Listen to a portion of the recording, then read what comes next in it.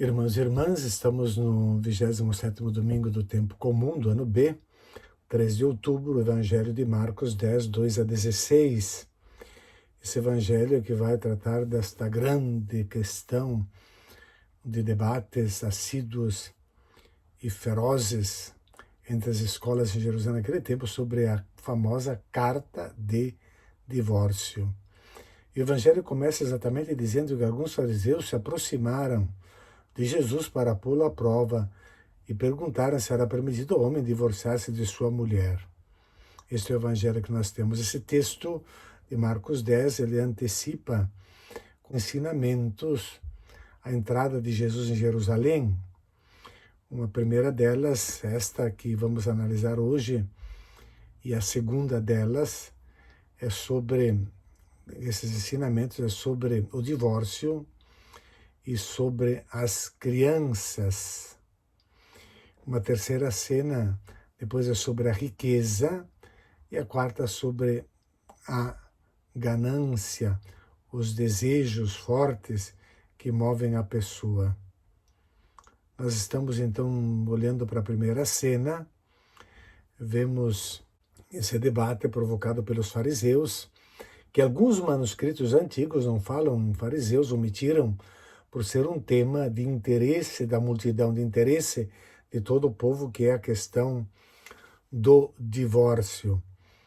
E a pergunta, claro, dos fariseus na narrativa de Marcos é para pôr Jesus à prova, para testá-lo, para poder mais tarde acusá-lo de alguma coisa, como fizeram também na questão do imposto, se é lícito ou não pagar imposto a César.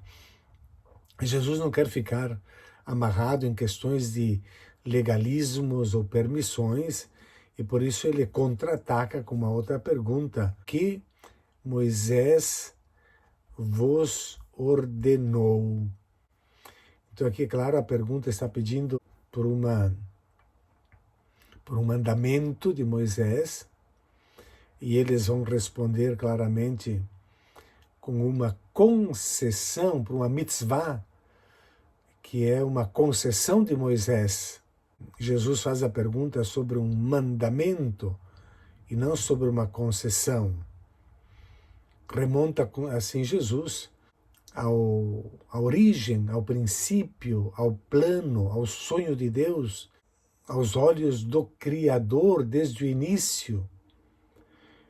E ali, na resposta que depois Jesus vai aprofundar em casa, não mais diante da multidão, agora somente com os discípulos, ele vai dizer: se o homem repudiar a mulher e der a carta de divórcio, e se unir com outra, comete adultério contra a primeira, e a mesma coisa a mulher vai, se fizer isso, vai cometer adultério. Ele colocou em pé de igualdade os dois, homem e mulher. Isso também, desse ponto de vista de concessão e de mandamento, a malícia dos fariseus é querer fazer Jesus se pronunciar contra a lei de Deus. Os fariseus se apegam ao Deuteronômio 24, 1 a 4, o famoso texto que manda dar a carta de divórcio. Aquela legislação de Moisés, essa concessão que vai dizer claramente que Moisés permitiu isso por causa, está na lei, não por estar no sonho, na vontade de Deus, mas por causa da dureza, esclerocardia, essa inclinação que o povo de Israel tem para a dureza, para infringir a lei, para quebrar a aliança e para romper com o matrimônio que está no sonho de Deus. Então Moisés permitiu, devido à esclerocardia, a dureza do coração, como ele vai dizer. A pergunta também de Jesus, ela vai contra esta armadilha, porque diz claramente: o que Moisés vos ordenou. E poderia ter perguntado também o que Moisés nos ordenou, porque Jesus também é um judeu. Mas com a pergunta, Jesus se afasta desse grupo que manipula a lei para massacrar ou explorar os pobres e marginalizar as pessoas que eles queriam. Então, desde o começo da criação, Deus os fez homem e mulher, e por isso o homem deixará pai e mãe e se unirá à sua mulher, e os dois não serão dois, mas uma só carne. E a famosa frase que deve ficar no coração dessa catequese é que, portanto, que Deus uniu, o homem não separe. Então aqui nós temos a expressão técnica na resposta dos fariseus, que é biblion apostasio, usada pelos fariseus, que é o certidão de divórcio, carta de divórcio, que no grego vem com esse título de biblion apostasio, Deuteronômio 24, quando ele diz claramente que ervat davar. Qual é o motivo para dar a carta ervat davar? São conhecidas as discussões das duas escolas famosas de Hillel e Shammai, Hillel mais brando, Shammai mais rigorista. Então, para Hillel, qualquer coisa era possível para divorciar, tanto que no judaísmo oficial da época, todos os matrimônios poderiam ser dissolvidos. Já Shammai, que era mais rigorista, então se existem duas palavras ali, ervat davar, ervat é coisa vergonhosa, coisa e vergonha, eles representam duas coisas, algo e uma vergonha. Então poderia ser um adultério, algo que causasse vergonha. De certa maneira, esse rigorismo protegia os direitos da mulher para não ser facilmente abandonada. Mas também fica nessa casuística discussão a possibilidade de o marido dar carta de divórcio simplesmente por não estar mais satisfeito com a mulher. A lei era para obrigar o marido a dar a carta de divórcio, porque assim ela, dissolvido o matrimônio, poderia casar com outro homem. Mas ficava totalmente à mercê da vontade do marido, propriedade do marido.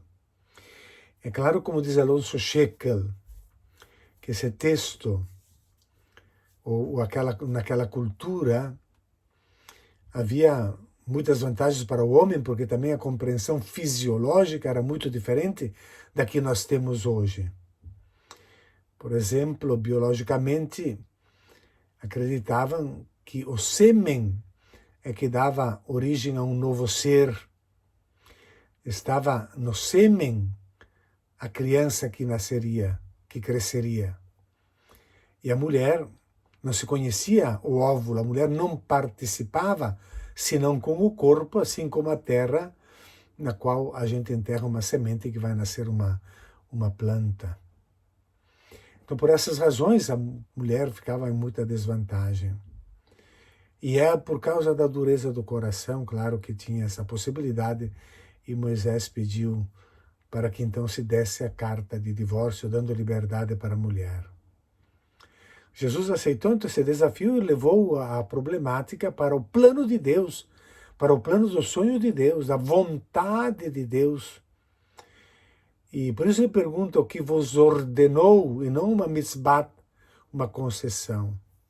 Com esses textos, Jesus ele responde claramente a esses fariseus.